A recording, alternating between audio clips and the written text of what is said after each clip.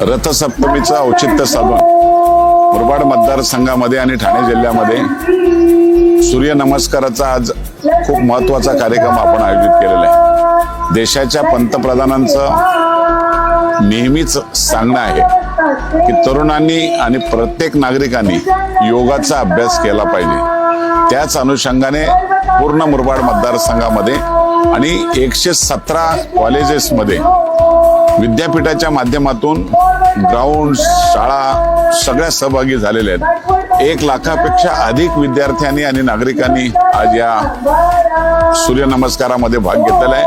आमचे डॉक्टर कुकरेजा याचं प्रमुख नेतृत्व करतात।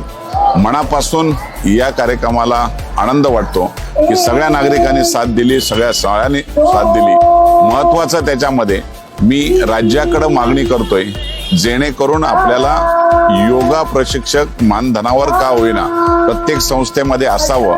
भविष्यात हा कार्यक्रम 1 दिवसाचा नसावा तर कायम नागरिकांच्या उपयोगात यावा, यासाठी आपण खूप मोठं आमचे डॉक्टर कुकरेजा यांच्या माध्यमातून करत आहोत। मनापासून या दिवसाच्या शुभेच्छा देतो आणि पुढच्या कार्यक्रमाला जातो।